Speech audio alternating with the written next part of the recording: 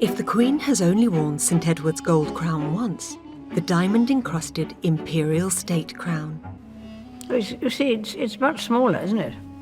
Assalaamu calaykum waraxmatullaahi wabarakaatu kulanti wacan oo wanaagsan daawadayaal meel kastoo aad adduunka ka joogtaan halkan waa barta YouTube-ka aan ku leenahay Burhan Channel sidoo kale waxaa hadda si toos ah nooga dhageysanaysaan isla barteena Facebook ee Burhan Channel ugu horeen daawadayaal waad mahadsantihiin sida aad noo dhiirigelinaysaan sidoo kale waxaa jira hal cilad oo yar oo insha Allah ayadana laga gudbi doono kaliya waa tan ah in muuqaalka aad like saarto taas waxa ay ka dhigan tahay in aad nagu dhiirigelisaan sidoo kalena muuqaalkeenu uu meel sare gaaro waan kaaga mahadcelinayaa haddii aad ka mid tahay daawadayaasha barteena YouTube-ka ku xiran anigu waa Burhan Ali halkaana waa isla Burhan Channel sida aad barnaamijyadeena horeba ku soo daawateen waxa maanta ku eg aaska loo sameynayay boqoradii ugu cimriga dheereed boqortooyada dalka Ingiriiska waxa lagu magacaabaa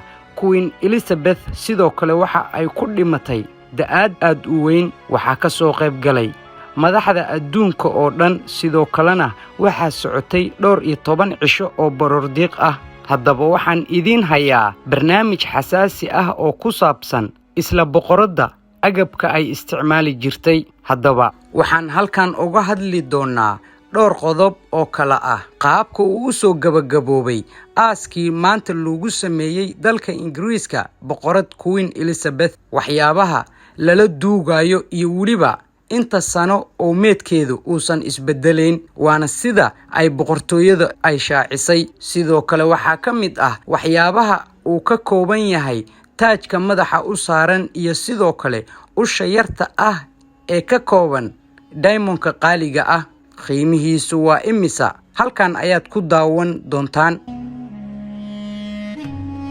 imisadal ayay ka soo dhaceen taajka madaxa u suran diamondka iyo waliba ee ka samaysan dhagaxaanta adduunka ugu qaalisan haddaba waa kana muuqaalka oo faahfaahsan markale ha iloobin in aad muuqaalka like saarto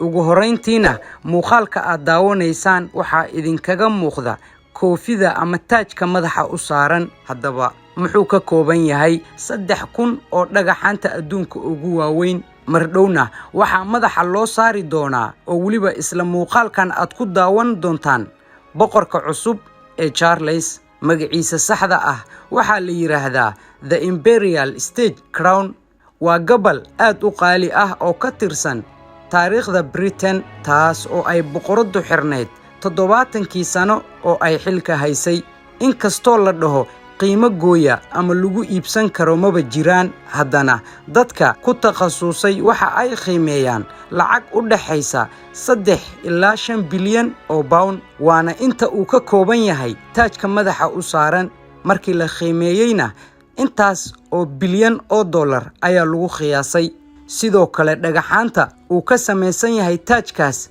waxa ka mid ah dhagax loo yaqaano black ruby oo culayskiisu yahay 170 karat kaasi oo gacanta boqortooyada ama royalka ku jiray ilaa markii la siiyay Edward of Woodstock sanadkii 1367 ilaa laga soo bilaabo sanadkaas ilaa iyo haddana 2022 waxa uu ku jiray gacanta boqortooyada Ingiriiska dhagaxan halka laga keenay macada balse waxa la rumaysan yahay in laga keenay wadamo kamid ah kuwa qaaradda Aasiya waxaana kamid ah Afghanistan iyo waliba Tajikistan Kulilan oo sidoo kale loo yaqaano xidiga labaad ee Afrika culayskiisu waxa uu yahay 317 karat St Edward Sapphire waxa uu taariikh weyn St Sapphire waxa uu ka taariikh weyn yahay dhagaxda kale ee boqortooyadu ay isticmaalaan waxaana la rumaysan yahay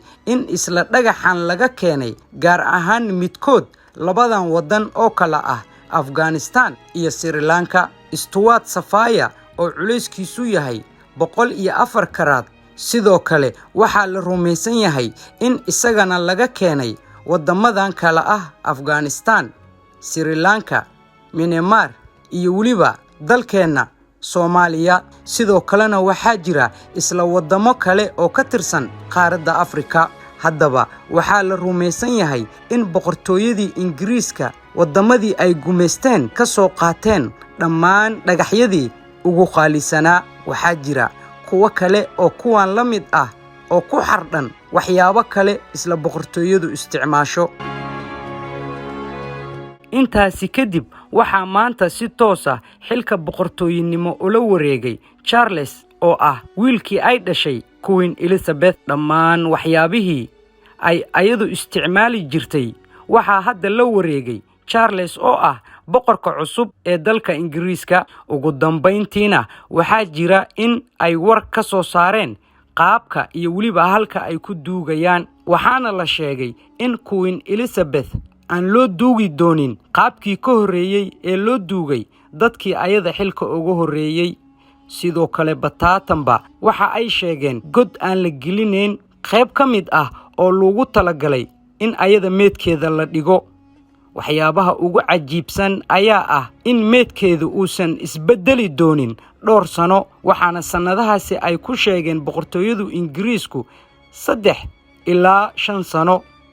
waxyaabo waxaa jira kiimikaal ah oo ay u isticmaali doonaan in jirkeedu aysan isbedelin. wax walbana waxaa ka weyn alle oo ah boqorka saxda ah koonkan ama carshigan xukuma. waxaana laga yaabaa in ilaahayba uu ayaga ku sii baadiyeeyo dhowr sanana uusan jirkeedu isbedelin. adduunkan wax baaqi ku sii noqonaya ma jirto. qof walbana markii godka la geliyo waxa uu u dhamaadaa carada oo kale. ninkii Fircoon ahaa ee sheegtay ilaahnimada waxyaabaha mucjisooyinka ah ee lagu sameeyay waxaa ka mid ah in ilaa iyo hadda meedkiisu uu yaalo madxaf ka mid ah kuwa ugu waaweyn ee adduunka ku yaala.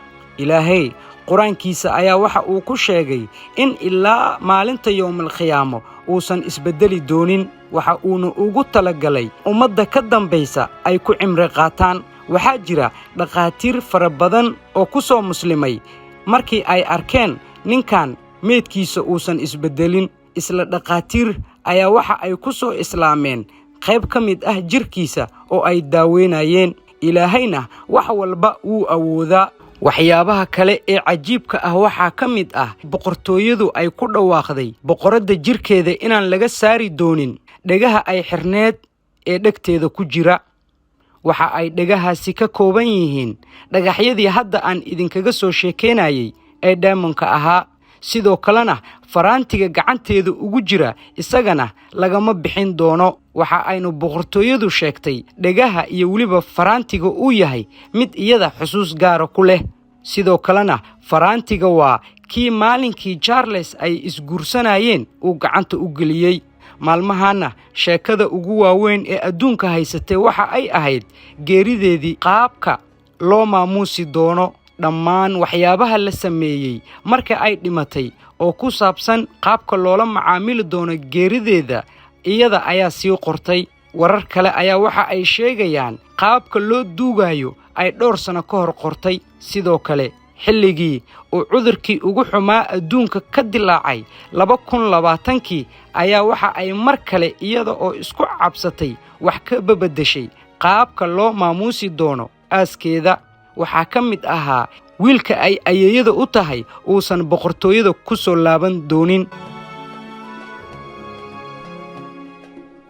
haddaba daawadayaal intaasina ayaan ku soo gabagabeynay barnaamijyada noocan oo kala ah. hadda kadib waxaad kala socon doontaan isla barteennan aan ku leenahay Facebookga iyo waliba YouTube-ka ee Burhaan Janaal. anigu waa Burhaan Cali. sidoo kalena muuqaalkan quruxda badan waxaa ila soo diyaariyay Amaley iyo waliba Sharmaake. waxaana idinkaga wada tegaynaa sama iyo salaama.